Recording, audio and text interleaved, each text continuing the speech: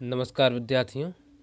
आज हम high school परीक्षा वर्ष 2021-22 गणित प्रतिदर्श प्रश्न पत्र, जो केवल प्रश्न पत्र होगा, जिसको यूपी बोर्ड ने इसी वर्ष जारी किया है, तो इसको मैं हल करवाऊंगा और ये गणित का है। तो इसका पूरा का पूरा यदि आप सॉल्यूशन चाहते हैं और हमें प्रश्न पत्र कैसे हल करना है ये सब जानकारी चाहते हैं, तो आप चैनल को हमारे सब्सक्राइब कर लेना और बेल आइकन को ऑल पर प्रेस कर लेना, ताकि इसके जैसे भी मैं अगले पार्ट अपलोड करूंगा तो उसका नोटिफिकेशन आपको पहले मिल जाएगा। तो इसको आज हम हल करवाएंगे। तो जब हम प्रश्न पत्र को हल करते हैं तो सबसे पहले हमें इस प्रश्न पत्र के निर्देश जो हैं उनको सावधानी पूर्वक पढ़ना है। ठीक, तो जैसे हमें क्या दिया है, समय 3 घंटे 15 मिनट, यानी ये समय होगा 3 घंटे 15 मिनट का। और फिर निर्देश पढ़ना बिल्कुल ज़रूरी है। प्रारंभ के 15 मिनट परीक्षार्थियों को प्रश्न पत्र पढ़ने के लिए निर्धारित हैं। और सामान्य निर्देश, इस प्रश्न पत्र में कुल 7 प्रश्न हैं। सभी प्रश्न अनिवार्य हैं। प्रत्येक प्रश्न के प्रारंभ में स्पष्ट उल्लेख है कि उसके कितने खंड करने हैं। ठीक, प्रत्येक प्रश्न के अंक उसके सम्मुख अंकित हैं, यानी इसमें हमें ये बात नहीं रहेगी कि कौन सा प्रश्न कितने अंक का है, उसके सामने लिखा होगा। अभी दिखाते हैं। प्रथम प्रश्न से आरंभ कीजिए और अंत तक करते जाइए। जो प्रश्न ना आता हो उसमें व्यर्थ समय नष्ट ना कीजिए। साफ साफ, यानी जो प्रश्न नहीं आ रहा है उसमें फालतू का समय न लगाइए। यदि रबकार के लिए स्थान अपेक्षित है तो उत्तर पुस्तिका के बाएं पृष्ठ पर कीजिए और फिर काट दीजिए। उस पृष्ठ पर कोई हल ना करें। ठीक है ना, ये साफ साफ बता दिया, क्योंकि रब की हमें ज़रूरत पड़ती है। रब कार्य गणित में ज़रूरी होता है, तो वो हमें बाएं पृष्ठ पर करना है और उससे बाद में हमें काट देना है। ठीक, रचना के प्रश्नों के हल में रेखाएं ना मिटाएं। ठीक, यदि पूछा गया हो तो रचना के पद संक्षेप में अवश्य लिखें। और क्या है, प्रश्न संख्या 1 के अतिरिक्त सभी प्रश्नों के हल के क्रियापद स्पष्ट रूप से लिखिए। ठीक है ना, यानी प्रश्न 1 को हम केवल टिक कर सकते हैं, बाकी हर एक के हमें क्रियापद जरूर लिखना होता है। स्पष्ट रूप से लिखिए। प्रश्नों के हल को उत्तर पुस्तिका के दोनों ओर लिखिए। और हाँ, यहाँ पर देखो निर्देश में बता दिया कि उत्तर पुस्तिका के दोनों ओर लिखिए, लेकिन बहुत से स्टूडेंट के मन में ऐसा भ्रम होता है कि हमें केवल दाएं पृष्ठ पर ही लिखना है, उत्तर पुस्तिका के बाएं पर नहीं लिखना होता। तो ये बिल्कुल भी नहीं, हमें दोनों प्रश्नों पर लिखना होता है। ठीक, जिन प्रश्नों के हल में चित्र खींचना आवश्यक है उसमें स्वच्छ एवं स्पष्ट चित्र अवश्य खींचिए। चित्र के बिना ऐसा हल अशुद्ध तथा अपूर्ण माना जाएगा। ठीक, तो ये निर्देश हो गए। तो निर्देश हमने पढ़ लिए। निर्देश पढ़ने के बाद तब हम हल करना स्टार्ट करेंगे प्रश्न पत्र को। ठीक है, और जैसा कहा है उसी के अनुसार करेंगे। तो ये आपको भी परीक्षा में ध्यान देना। हाँ, जो प्रश्न नहीं आ रहा है तो उसको आप ना करें, छोड़ दें, बाद में पीछे करें। ठीक है, हालांकि प्रश्न पत्र में कोई भी ऐसा अंक न छोड़ें कि जो आपने हल ना किया हो। ठीक, तो चलिए अब हम हल करते हैं। अब देखिए पहला प्रश्न जो है, पहला प्रश्न कह रहा है सभी खंड कीजिए। ठीक, इसमें सभी खंड करना है। प्रत्येक खंड के उत्तर के लिए 4 विकल्प दिए गए हैं, जिसमें से केवल एक सही है। सही विकल्प छांटकर उसे अपनी उत्तर पुस्तिका में लिखिए। ठीक, उत्तर पुस्तिका में जैसे कहा है पहला, यानी पहले का, तो इसको जब हम प्रश्न पत्र में लिखेंगे तो किस तरीके से लिखेंगे, तो देखो यहाँ पर ये हमने प्रश्न उठाया कागज, तो यहाँ हम डालेंगे प्रश्न एक। देखो एक के कौन सा नंबर है, ये का, तो एक का ऐसे ऊपर डालेंगे। ऊपर डालने से क्या होगा, एग्जामिनर की नज़र साफ साफ जाएगी, तो उसे साफ साफ पता चलेगा कि ये कौन सा प्रश्न कर रहा है। ठीक, तो इसमें एक के काम में देखो क्या कहा है, निम्नलिखित में कौन सा सहभाज्य संख्याओं का युग्म है। तो देखो सहभाज्य संख्याएं क्या होती हैं, यानी सहभाज्य संख्याएं वो संख्याएं होती हैं जिनमें केवल उभयनिष्ठ गुणनखंड एक हो, एक के अलावा कोई दूसरा न हो। तो देखो अगर 14 और 35 को लो तो ये 7 से विभाजित होगी। 7 2 7 14, 7 गुना 35, तो इसमें 7 मिल जाएगा।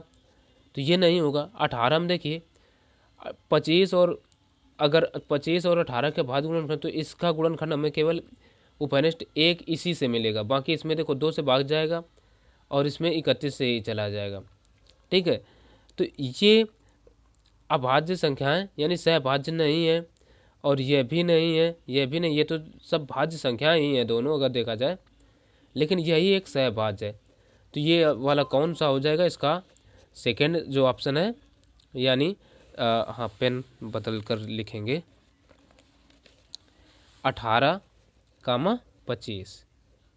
ठीक, 18,25 इसका ये आंसर हो जाएगा। ठीक, और विकल्प कौन सा है, सेकंड है, तो हम यहाँ सेकंड भी डाल ही देते हैं। ठीक, अब देखो आगे बढ़ेंगे और आएंगे प्रश्न 1 का खा, यानी तो यहीं पर हम डालेंगे प्रश्न 1 का खा ऐसे, ताकि यहाँ भी नज़र पड़ेगी तुरंत एग्जामिनर की। 1 का खा क्या कह रहा है, ये कह रहा है द्विघात समीकरण 3x² - 4x = 0 के मूलों का गुणनफल है। ठीक, तो हमें क्या दिया है, द्विघात समीकरण दिया है, तो हम लिख लेते हैं द्विघात समीकरण क्या है, 3x² - 4x = 0 के मूलों का गुणनफल है। तो यहाँ मूलों का हमसे गुणनफल पूछा गया है।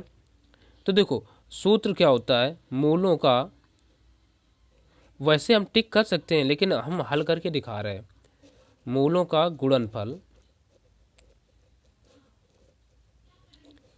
बराबर क्या होता है, -x का गुणांक, नहीं अचर पद होता है, गुणनफल है ना, तो अचर पद बटे x² का गुणांक। अब जैसे यहाँ पर हमसे ये चीज़ गलत हो गई, तो ऐसा नहीं है कि इसको बहुत ढंग से काटें, बस इतना काट दिया बहुत है।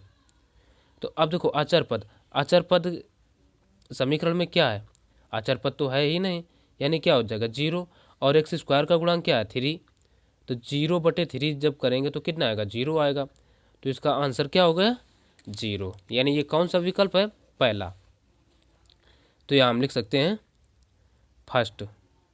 फर्स्ट में क्या है 0 दे रखे हैं, तो यही हो जाएगा आंसर। ठीक, तो अब इसका अगला भी नंबर गा देखेंगे। अब देखो आगे अगला जो गा नंबर है, कह रहा है समरूप त्रिभुजों की विशेषता होती है, यानी जो समरूप त्रिभुज होते हैं उनकी विशेषताएं क्या क्या होती हैं। फर्स्ट में दे रखे हैं उनकी संगत भुजाएं समानुपातिक हों, फिर सेकंड में संगत कोण बराबर हों, थर्ड में कहा उपरयुक्त में से दोनों, और चौथा में इनमें से कोई नहीं। तो इनमें से आपको क्या लगता है, देखो जब त्रिभुज समरूप होते हैं तो उनकी संगत भुजाएं समानुपातिक होते हैं, होने के साथ साथ उनके संगत कोण भी बराबर होते हैं। तो इसका तीसरा विकल्प क्या सही, ये सही हो जाएगा, उपरयुक्त में से दोनों।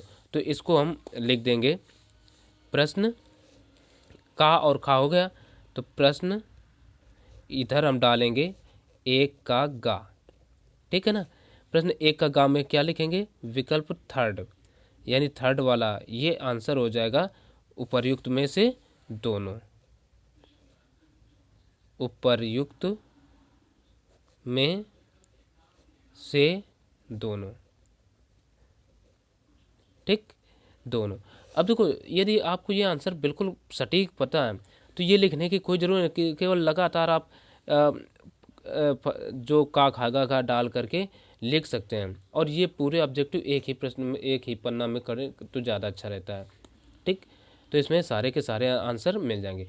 और हाँ, मान लो जो कमज़ोर विद्यार्थी हैं जिन्हें समझ में नहीं आ रहा है कि आंसर क्या होगा, वो तुक्का मारते हैं, तो ये ऑब्जेक्टिव क्वेश्चन बाद में छोड़ दें, आखिरी पन्ना में करें जा करके, तो उसके लिए और हम ट्रिक बताएंगे, तो बाद में बने रहना हमारे साथ। ठीक है, अब इसका गा नंबर जो है, नहीं घा, वो देखो क्या कह रहा है, cos 60 cos 30 - sin 60 sin 30 का मान है। ठीक है ना, तो इसमें हमें ऐसे मान लो एग्जैक्टली नहीं पता है तो मान रखेंगे और हल कर लेंगे। तो यहाँ हम डालेंगे प्रश्न ये 1 का घा को देखते हैं क्या दे रखा है सवाल। cos 60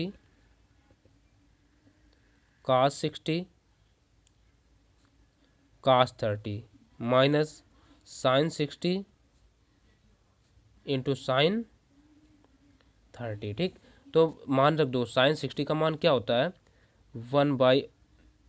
cos 60 का 1/2 इंटू cos 30 का √3/2 माइनस sin 60 का √3/2 इंटू sin 30 का 1/2। ठीक, अगर ये मान नहीं याद रहते हैं तो इसके लिए एक हम अगला सेपरेट वीडियो बनाएंगे जिसमें आप आसानी से बिल्कुल ये हमेशा दिमाग में आपके घूमते रहेंगे आसपास, भूलोगे नहीं कभी। ठीक, तो ये क्या हो जाएगा √3/2 टू जा 4 माइनस ऊपर का गुणा यानी √3/4, ये माइनस ये प्लस कटे तो क्या आ गया 0। ठीक, तो यानी इसका आंसर क्या हो गया 0। ये कौन सा विकल्प में दे रखा है फर्स्ट, यानी ये पहला ही विकल्प हो गया आंसर इसका। ठीक है ना 0। ठीक, अब इसका देखो ये क्या कहा है निम्नलिखित में कौन सा केंद्रीय प्रवृत्ति की माप नहीं है। तो इसमें देखो ये माध्य केंद्रीय प्रवृत्ति की माप होता है, बहुलक होता है, माध्यिका होता है, केवल ये मानक विचलन जो है ये नहीं होता है। आप ये तीनों केंद्रीय प्रवृत्ति माप के ही अंतर्गत पढ़े हैं सांख्यिकी में। ठीक है ना, तो ये ही चीज़ केवल ये मानक विचलन जो है ये नहीं होता है। और जब इसके पहले जो किताबें चला करती थी यूपी बोर्ड में, तो उसमें जो सांख्यिकी चैप्टर था वो इसी नाम से था, केंद्रीय प्रवृत्ति की माप के नाम से ही। ठीक, तो उस सांख्यिकी में हम क्या माध्य पढ़ते हैं, बहुलक पढ़ते हैं, माध्यिका पढ़ते हैं, मानक विचलन तो पढ़ते नहीं है, तो ये नहीं होगा। यानी इसका विकल्प कौन सा चौथा ये सही होगा। अंगा नंबर यानी हम डाल देंगे यहाँ प्रश्न 1 का अंगा, 1 का अंगा नंबर में क्या आंसर होगा मानक विचलन, यानी चौथा जो है विकल्प वो सही है मानक विचलन।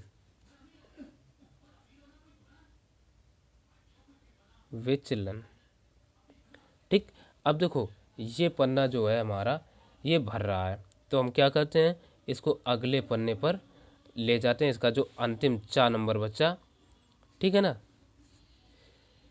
उसको हल करके दिखाएंगे। अब देखो जो 4 नंबर है वो उसमें क्या कहा गया, 2 बिंदुओं के निर्देशांक -8, 0 तथा 0, -8 इन बिंदुओं से बने रेखाखंड के मध्य बिंदु के निर्देशांक ज्ञात कीजिए। यानी तो अगले पन्ने में वो पन्ना भर गया, तो अगले पन्ने में हमने डाला लिखा प्रश्न 1 का 4।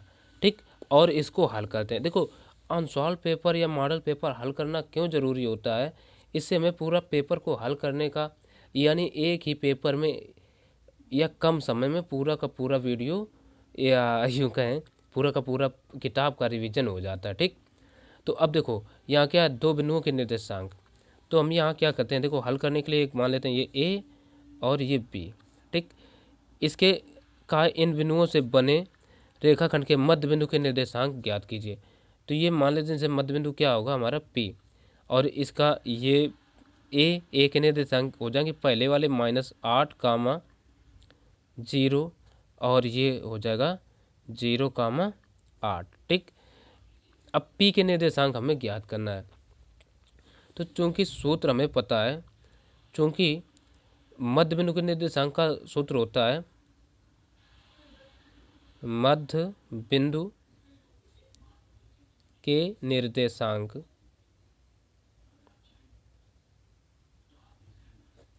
बराबर क्या होता है x1 + x2/2 और कामा ये होता है y1 + y2/2, ये सूत्र होता है। तो बस क्या करते हैं इसी में वैल्यू पुट कर देते हैं। तो x1 यहाँ से क्या हो जाएगा, ये होगा हमारा x1, ये y1 और ये होगा x2 और ये y2। तो जब भी मध्य बिंदु के निर्देशांक पूछे तो यही सूत्र हमें लगाना है। तो x1 का मान कितना है -8 प्लस x2 का मान 0/2। अब देखो कामा y1 का मान क्या है 0 और प्लस y2 का मान क्या है, ये 8 है, तो 8 रख दिया बटे कितना 2। ठीक, तो अब यहाँ से भाई जब 2 है तो ये देखो बिल्कुल यहाँ भी धोखा हो गया, ये -8 है, सवाल में -8 है ना, तो ये यहाँ प्लस के बजाय क्या हो जाएगा, फिर माइनस हो जाएगा ये। ठीक, तो ये आ जाएगा देखो -8 बटे 2 कामा -8 बटे 2, 2 चौको 8, 2 चौको 8, तो इसके निर्देशांक क्या आ गए -4 कामा -4, और यही हो गए इस सवाल के आंसर। ठीक, तो ये पहला सवाल तो कंप्लीट। अब देखेंगे हम अगला प्रश्न जो कि अतिलोक का है और 1 अंक वाला वो भी होगा। ठीक, उसमें हालांकि हमें पूरा सवाल हल करना होगा और इसके हम सीधे आंसर लिख देते ज़्यादा अच्छा रहता, लेकिन मान लो यहाँ हम दिखा रहे हैं हल करके, तो इसलिए हमने हल किया है। समय बचाना वहाँ बहुत ज़रूरी होता है।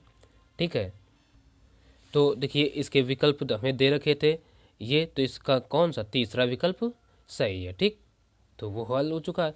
अब सवाल नंबर हम दूसरा देखेंगे, सभी खंड कीजिए। पहला कह रहा है द्विघात समीकरण 2x² - 4x + 3 का विविध कर ज्ञात कीजिए और फिर मूलों की प्रकृति ज्ञात कीजिए। ठीक, तो यहाँ पर अब हम हल करेंगे। तो देखो ये प्रश्न इधर डालेंगे, प्रश्न 1 का नंबर। ठीक, और देखो 1 अंक का प्रश्न है ये, 1 अंक वाले हैं, इनको कितना भी छोटा कर दो इसमें नंबर नहीं काटे जाएंगे। ठीक है, हालांकि हम अच्छी मार्किंग के लिए इधर से हल करना स्टार्ट करते हैं। तो हमें जो समीकरण दिए हैं वो लिख लेते हैं। समीकरण 2x² - 4x + 3 = 0। ठीक, अब विविध कर ज्ञात करना है, तो विविध कर ज्ञात करने के लिए हम ए बी सी के मान निकालेंगे। तो a बराबर x का गुणांक होता है तो 2, x² का गुणांक। ठीक, कामा b बराबर x का गुणांक होता है यानी -4, और c बराबर होता है अचर पद। अचर पद क्या है यहाँ 3, ये हो गया। अब आगे हमसे कहा है विविध कर ज्ञात कीजिए और मूलों की प्रकृति ज्ञात कीजिए। तो सूत्र होता है विविध कर को हम कैपिटल D से शो करते हैं। तो कैपिटल D बराबर होता है b² - 4ac। ठीक, तो वैल्यू पुट कर दो, b का मान कितना है -4, तो इनका होल स्क्वायर -4 इंटू a का मान क्या है 2 इंटू c का मान क्या है 3, तो रख दिया। अब इनका 4 का वर्ग 4 चौको 16 प्लस का और माइनस देखो 3 दूना 6, 6 चौको 24, 24 हो गया। तो 16 में 24 घटा दो कितना बचा -8। अब यह एक बात देखिए, क्योंकि ये विविध कर हमारा कैसा आया माइनस में, तो ये चीज़ समझ लेना है यहीं पर, चूँकि विविध कर कैसा है ऋणात्मक है, ऋणात्मक। ठीक है, ऋणात्मक है,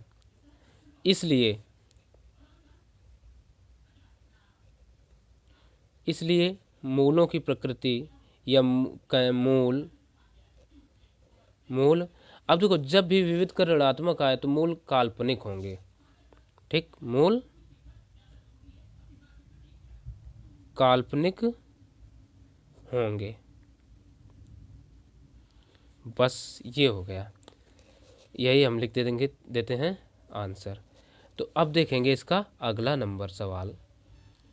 और हाँ, यदि मान लो वीडियो थोड़ा कम पसंद लग रहा हो क्योंकि आज ब्लैक सरफेस है, तो कमेंट करना, हम इसको दोबारा वाइट सरफेस में बना देंगे तो और अच्छे तरीके से।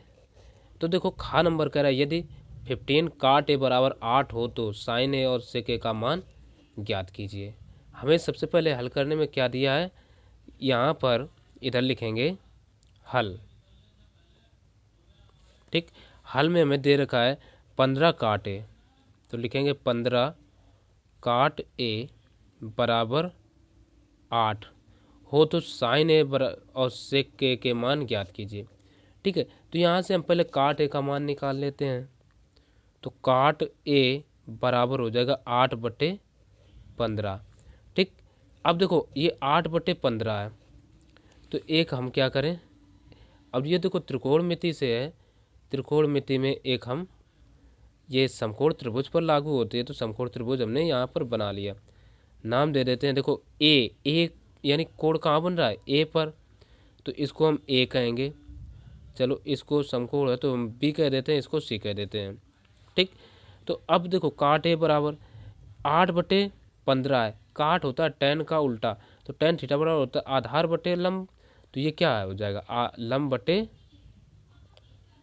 नहीं आधार बटे लंब हो जाएगा। काट ए बराबर आधार बटे लंब। ठीक, ये हो जाएगा। इसका अर्थ है हमें इसमें क्या है, जो आधार है वो हमें कितना दे रखे हैं, 8, ये 8 हो गया, और जो लंब है वो क्या है, वो हो जाएगा 15। ठीक, वो 15 हो गया। अब जब ये चीज़ हो गई तो यहाँ से हम क्या करें, पहले ये काट का मान पता ही है, तो पाइथागोरस प्रमेय निकाल करके AC निकाल लें। AC निकालने के बाद ये भुजा पता चल जाएगी, फिर साइन और कास के मान निकाल लेंगे। तो हम इसको करते हैं त्रिभुज ABC में पाइथागोरस प्रमेय से। ठीक है ना, पाइथागोरस प्रमेय से, पाइथागोरस प्रमेय से क्या होगा, पाइथागोरस प्रमेय होती है कर्ण का वर्ग, कर्ण क्या है AC, तो AC स्क्वायर बराबर आ जाएगा AB square plus BC square. तो देखो AB का मान हमें क्या दे रखा है, 8, तो 8 का वर्ग प्लस BC का मान है 15, तो 15 का वर्ग, तो 8 का वर्ग होता है 64 और 15 का होता है 225। इनको ऐड कर दो तो आ जाएगा 289, यानी ये AC स्क्वायर बराबर 289 आ गया। तो यहाँ से AC बराबर क्या आ जाएगा, 17। ठीक है ना, अब देखो चूंकि माप, इसलिए हम माप को भी ऋणात्मक होती नहीं है, तो हम इसमें केवल ये धनात्मक ही लिखेंगे। इतना हो गया। अब सवाल में देखिए हमसे क्या पूछा है, यदि 15 काटे बराबर 8 हो तो साइन ए और सेक ए का मान ज्ञात कीजिए। तो यहाँ से हमें साइन ए और सेक ए का मान ज्ञात करना है, तो अब निकाल लेते हैं। अब देखो साइन ए बराबर क्या हो जाएगा, देखो ये कितनी भुजा आ गई, 17 आ गई ना, तो साइन थीटा बराबर लंब बटे कर्ण, लंब बटे कर्ण। तो यहाँ लंब क्या है 15 और कर्ण क्या है 17, ये आ गया। अच्छा, और सेक ए का पूछा है, अगला मान है सेक ए, तो सेक ए बराबर क्या होता है, सेक ए बराबर होता है, देखो कास का उल्टा, यानी कास बराबर होता है आधार बटे कर्ण, तो ये हो जाएगा कर्ण बटे आधार, कर्ण बटे आधार, यानी कर्ण क्या है 17 और आधार क्या है 8। तो ये हो गए इस सवाल के आंसर। ठीक, तो अब देखते हैं इसका अगला सवाल। अब देखो अगला जो नंबर है वो कह रहा है, यदि दो समरूप त्रिभुजों के क्षेत्रफल क्रमशः 121 वर्ग सेंटीमीटर तथा 289 वर्ग सेंटीमीटर, तो इनकी संगत भुजाओं का अनुपात ज्ञात कीजिए। तो इसमें हम ज़्यादा कुछ लिखेंगे नहीं, बस चित्र बना लेते हैं। एक चित्र बना लिया, क्योंकि एक नंबर का इसमें क्या कटेंगे अंक, कुछ भी नहीं। एक ABC, इसका क्षेत्रफल कितना दे दें 1 2 1। ठीक, और दूसरा क्या है, इसको नाम कह देते DEF, और इसका क्षेत्रफल हो जाएगा 289। ठीक, अब हमें पता है जब त्रिभुज समरूप होते हैं तो उनकी संगत भुजाओं के अनुपात का वर्गों का अनुपात समान बराबर होता है। तो हम लिख सकते हैं, यहाँ पर ये बस चीज़ दिखा दें, चूँकि त्रिभुज ABC ये समरूप है त्रिभुज DEF के। ठीक है ना, तो इसलिए क्या हो जाएगा, त्रिभुज ABC का क्षेत्रफल बटे त्रिभुज ये DEF का क्षेत्रफल बराबर ये होगा, यानी कोई AB और DE भुजा लिए लेते हैं, AB अपान DE के वर्गों के अनुपात के बराबर।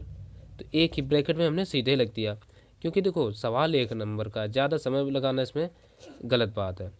तो अब ये क्या है, 1/1 बटे 289 बराबर कितना हो जाएगा, AB अपान DE का होल स्क्वायर। तो अब देखो 1/1 को लिख सकते हैं हम 11 का और 289 को 17 का, यानी इतना लिखा जा सकता है का स्क्वायर बराबर AB अपान DE का स्क्वायर। तो स्क्वायर से स्क्वायर कटा, तो ये क्या आ जाएगा,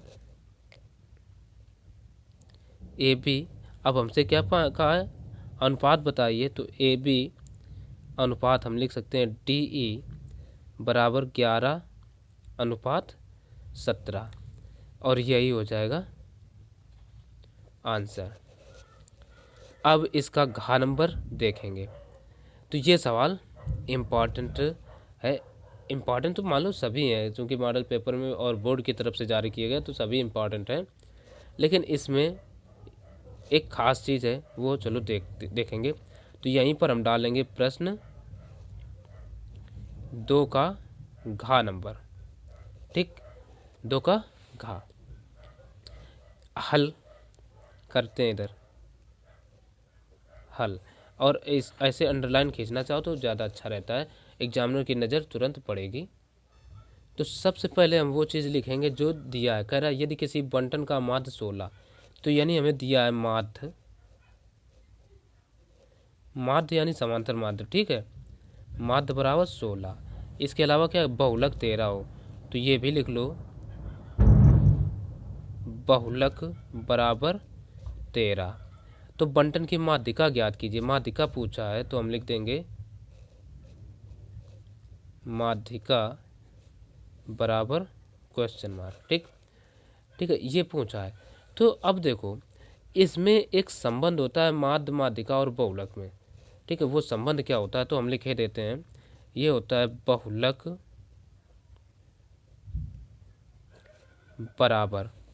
बराबर होता है 3 इंटू माध्यिका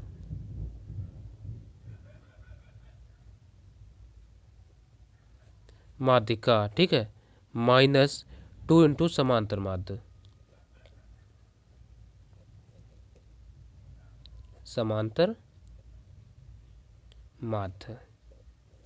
ये चीज़ होता है। तो अब ये सूत्र हमेशा ये संबंध ध्यान रखना। तो अब देखो बहुलक कितना है हमारा 13, तो 13 बराबर यहाँ कितना है बहुलक 13, तो 13 बराबर लिखेंगे 3 इंटू माध्यिका और माइनस 2 इंटू समांतर माध्य, यानी समांतर माध्य या माध्य एक ही चीज़ होती है, कितना है 16, तो 16 रख दो। तो इधर देखो रहेगा 13, ठीक है ना, बहुलक है, बहुलक भाई 13 ही तो है, बहुलक 13 है, तो 13 बराबर देखो तो 3 इंटू माध्यिका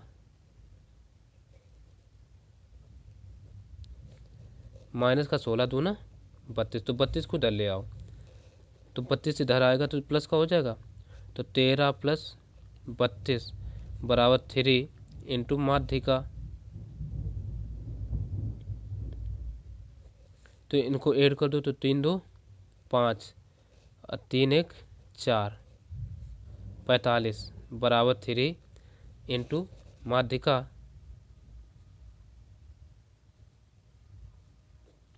तो यहाँ से माध्यिका बराबर